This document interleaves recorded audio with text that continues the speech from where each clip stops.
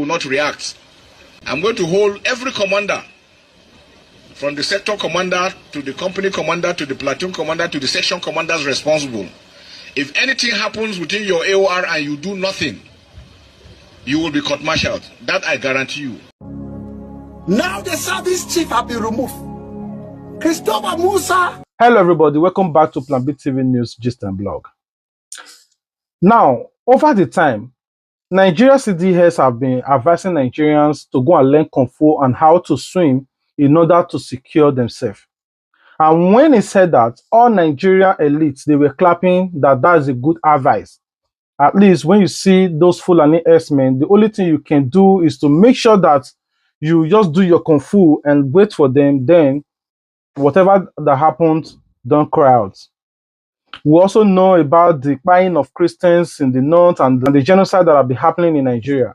But I see videos like this, how Fulani herdsmen, come to the society, live their life. They are not like, we have repented, we signed a peace deal, we drop Kala, we don't do those things again, we're just living a peaceful life. No, they are still putting on their Kala, they are, they are still well sophisticated, they are still doing their thing, but just that the government will not touch us, will not touch the government. We have seen several videos with them and the Nigeria security, like they are coexisting as if nothing is happening.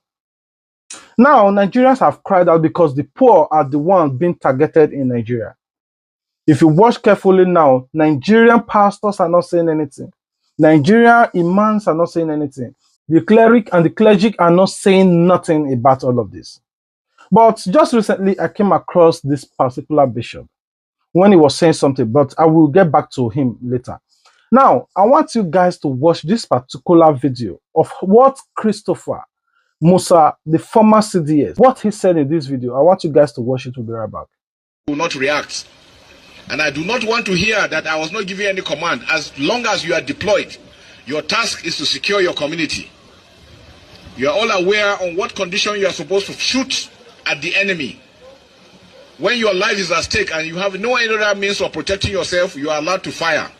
When your colleague's life is at stake and there is no way you can stop, you are allowed to fire. And when the community or any infrastructure you are protecting is being destroyed and you have no other means of stopping them, you are allowed to fire. So do not be afraid to take out any criminal or any enemy that is destroying or is doing any acts of killing. Is that clear? Yes, sir. But like I've told you, the communities you are protecting must know that you are there to protect them, not to go there and infringe on their human rights. I'm going to hold every commander, from the sector commander to the company commander to the platoon commander to the section commanders responsible. If anything happens within your AOR and you do nothing, you will be court-martialed. That I guarantee you. But again, our policy is to reward hard work and punish indolence. When you do well, we'll commend you, we'll give you awards, and then we'll take care of you the more. You will be promoted. Is that clear? Yes, sir. With the new concept, all armed forces personnel will be withdrawn from within the towns and will go out into the bushes. All checkpoints to be Total new impetus. Before it was safe haven, now is enduring peace. But what we think we need is more peace. Like I said, it's not only for us to win the war, it's to win the peace. But if we win the war without winning the peace, there won't be any problem. So we have reached that stage now that now is to bring a peace that is going to be enduring for everyone to benefit from it. And that's why we're here, and that's why the new group is a new mindset I want to create within the troops to know that we need to work with the communities. The communities must trust us. And trust is not something you buy. It's people see your action and inaction, then they know you are trust. And that's what we want to be. So we're going to rally on everyone to work together. And we want to appeal to Nigerians to give the support to members of the armed forces because we are determined and dedicated and committed to ensuring that there's peace everywhere we operate. Those ones, we're taking them, those of them that we can refit, we refit. Those ones that we not, will be discarded. But more equipments are coming because we think we need new items so that we don't have any breakdown. The troops are fully committed and they will be mobile so that we can ensure that wherever these individuals are, we must fish them out. The idea of sitting down waiting for one attack or the other should go.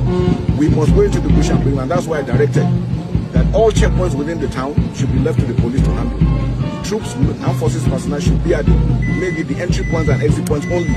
We must maintain mobile patrols and then we must go into the bushes to fish out where these individuals are and take them out. Thank you very much.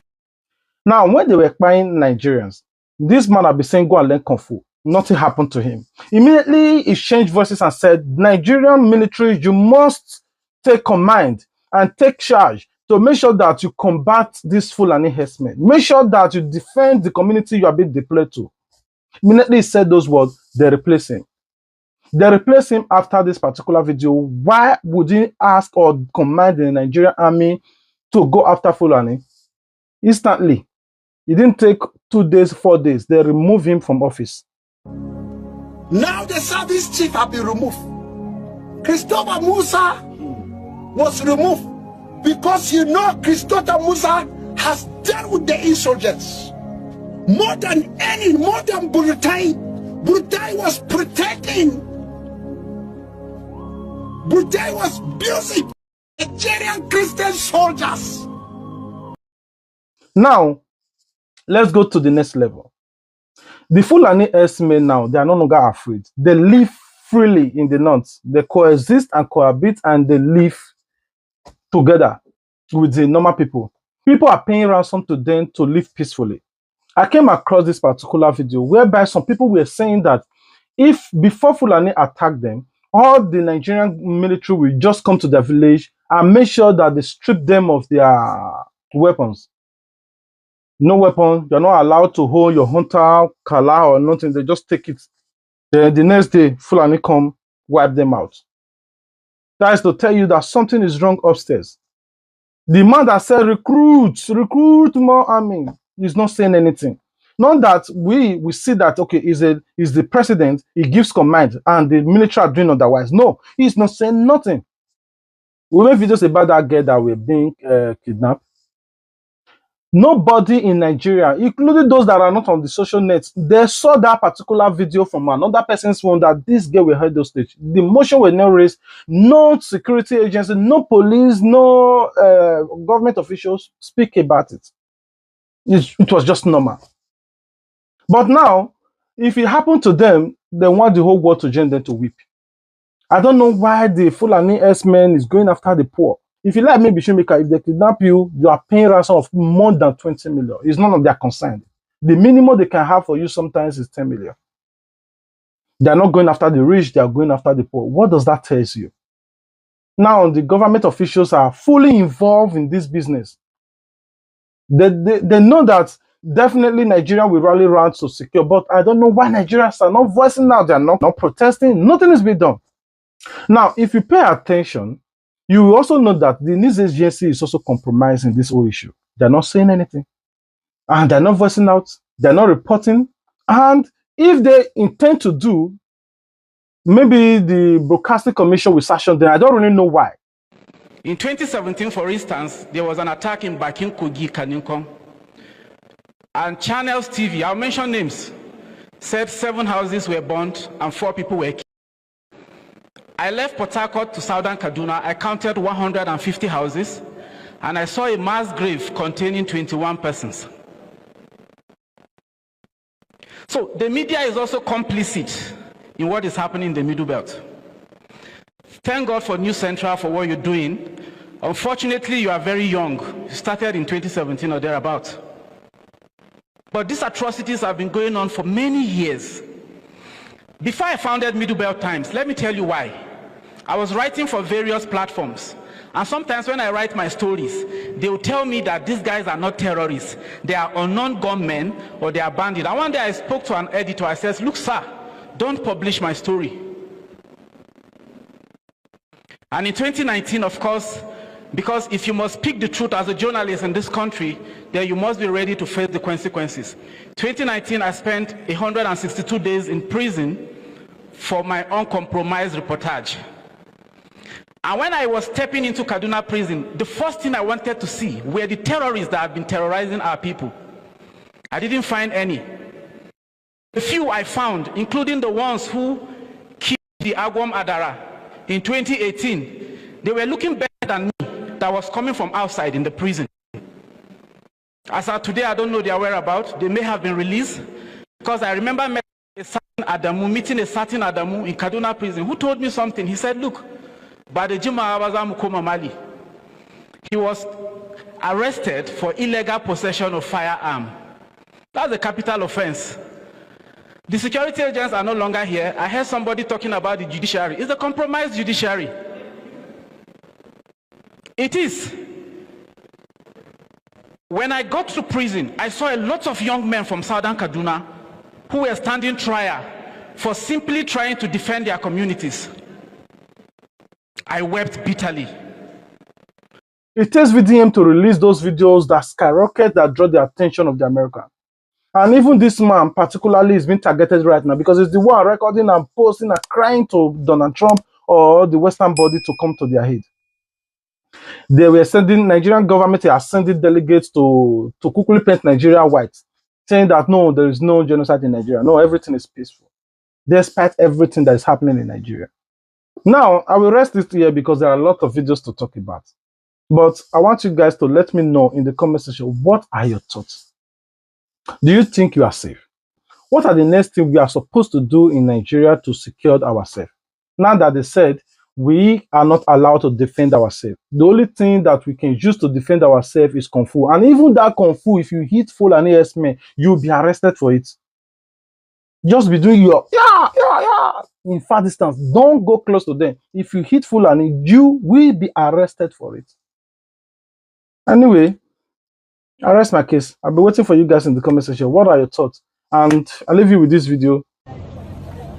I'm the camp chairman of Rion, and I want to stand here to condemn all this ugly happening. I want to say enough is enough. We've been attacked on a daily basis. As you can see, the parsonage has been burned down. And this is not the first time. When it happened at Tanjol, the house of the pastor was also burned down. Every day we bury people. We are not ordained for funeral services. We are ordained to preach the good news of Jesus Christ. But burial has taken, in fact, the place of that one now. So we want to stand here and condemn this that happens. Every time when it happens, they say unknown gunmen. Every time they will say unidentified gunmen. Even this one that is very clear, the attack was carried out by the Fulani headsmen. And you will hear them saying now that unknown gunmen is not longer unknown. And this thing is not just happening here on the plateau. There is that saying in psychology, when one person has problem with many, it means it is that person that has the problem. Everywhere you hear about attacks, everywhere you hear about attacks, go to Benue, go to Nasarawa, here in Plateau, all our local governments, Mangu, Bokos, everywhere, and it's not different person, it's the same Fulani headsman. And why is it that they are saying that they are unknown? Are they still unknown? It's Fulani headsmen that carried out this attack. And we want our media men to help us. It's no longer unknown. It's not unidentified. It's Fulani headsmen that have declared war on us. And we are appealing that if government will not intervene, then, in fact, we will not continue to see this ugly happening. Because enough is enough. Thank you, sir. Your name? Your name? Reverend Pam Amos. Thank you, sir. Yeah.